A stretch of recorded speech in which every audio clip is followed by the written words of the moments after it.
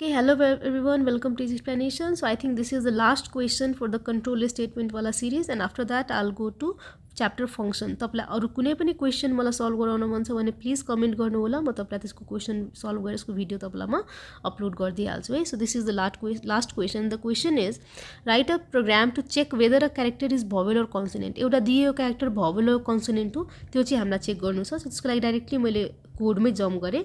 Okay, so एउटा हामीले क्यारसी भन्ने एउटा भ्यारिएबल लिन्छौँ. ओके, र एउटा हामीले चाहिँ यसमा हामीले चाहिँ एउटा लोअर केसको लागि इन्टिजर लिइरहेको छु है, किनभने यसको भ्यालु चाहिँ हामीलाई 0 और 1 मा आउँछ कि ट्रु छ भने 1 आउँछ, फल्स छ भने 0 आउँछ है. एकचोटि हेर्नु होला. सो मैले दुईटा इन्टिजर भ्यारिएबल लिए, लोअर र अप्पर भनेर. त्यसपछि म युजरसँग माग्छु एउटा क्यारेक्टर. ओके, एउटा अल्फाबेट माग्छु जसको मलाई के गर्नु छ त क्यापिटल र स्मलमा, सरी, जसको मलाई चेक गर्नु छ कि whether it is a consonant or vowel है. सो इन्टर अल्फाबेट मैले यसलाई मागेँ, अल्फाबेट. ओके, त्यसपछि मैले स्क्यानएफ गर्छु. Scanf, you can also use गेट क्यार if you want. Address of यहाँ मैले सिएच लिएँ है, किनभने सी अलरेडी यसको हाम्रो आइडेन्टिफायरको नाम छ, त्यही भएर.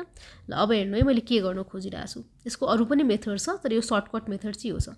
सो लोअर भन्ने जुन भ्यारिएबल मैले इनिसियलाइज गरेछु माथि, त्यसमा म के गर्छु भन्दा त्यसमा म राखिदिन्छु आफ्नो इफ हाम्रो सिएचको भ्याल्यु है डबल इक्वल्स टु के त स्मल ए छ भने,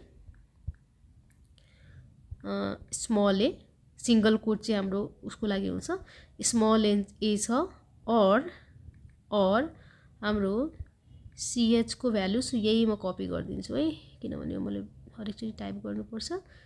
बेसिकली मैले भवल लिन खोजिरहेको छु कि AEIOU सम्म चाहिँ लिन खोजिरहेको छु. ओके, यति नै गरौँ.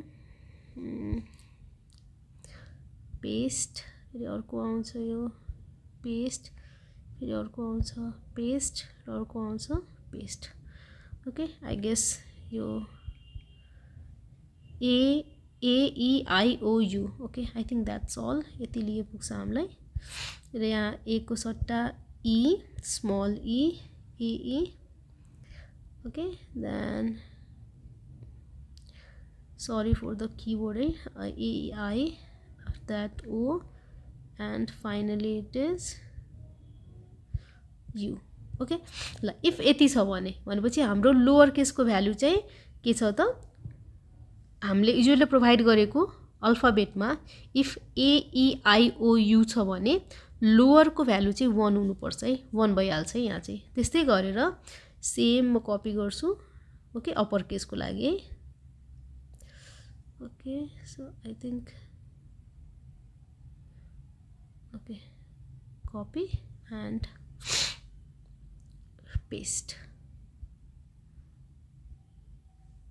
Okay, so let me change a bit.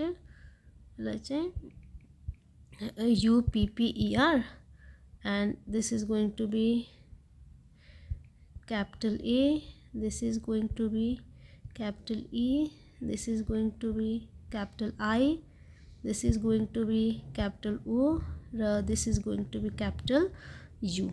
Okay, ल अब फाइनली हाम्रो कन्डिसन आउँछ इफ, अब तपाईले बुझ्नुहुन्छ होला, इफ हाम्रो लोअर भनेपछि इफ हामीले दिएको भ्यालु AEIOU, स्मल AEIOU छ, अथवा हामीले दिएको भ्यालु अप्पर भनेपछि क्यापिटल AEIOU छ भने हैन, दुईटैमा कुनै पनि केस छ भने हामी के गरौँ त, हामी प्रिन्ट गरौँ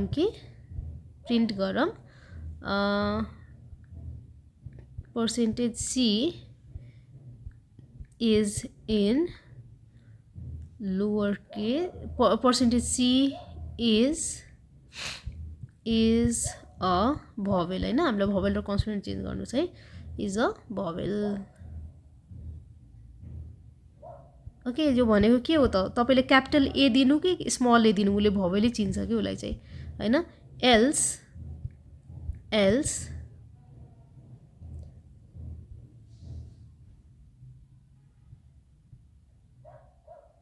copy. Okay,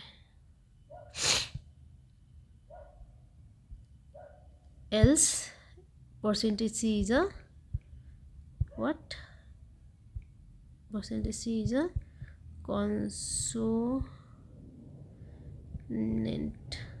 Yes, la. I hope this is correct. So there is a error.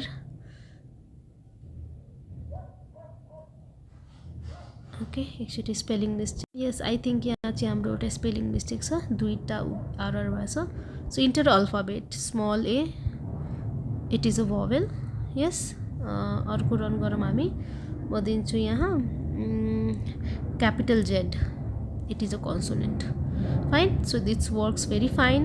So that's all हाम्रो control statement series को भिडियोजहरु. प्लिज तपाईहरुले मलाई कमेन्ट गर्नु होला म कुन पोर्सन को भिडियो लिएर आम र प्याटर्न को भिडियो म तपाईहरुको लागि छुट्टै लिएर आउँछु के प्याटर्न को छुट्टै भिडियो आउँछ सबै प्याटर्न को क्वेशनहरु सल्भ गरेको भिडियो आउँछ एउटा अहिलेको लागि म भोलिदेखि चाहिँ अब तपाईहरुलाई फंक्शन को भिडियो चाहिँ अपलोड गर्छु okay so till then stay safe and please भिडियोलाई लाइक गर्नु होला if you are watching it thank you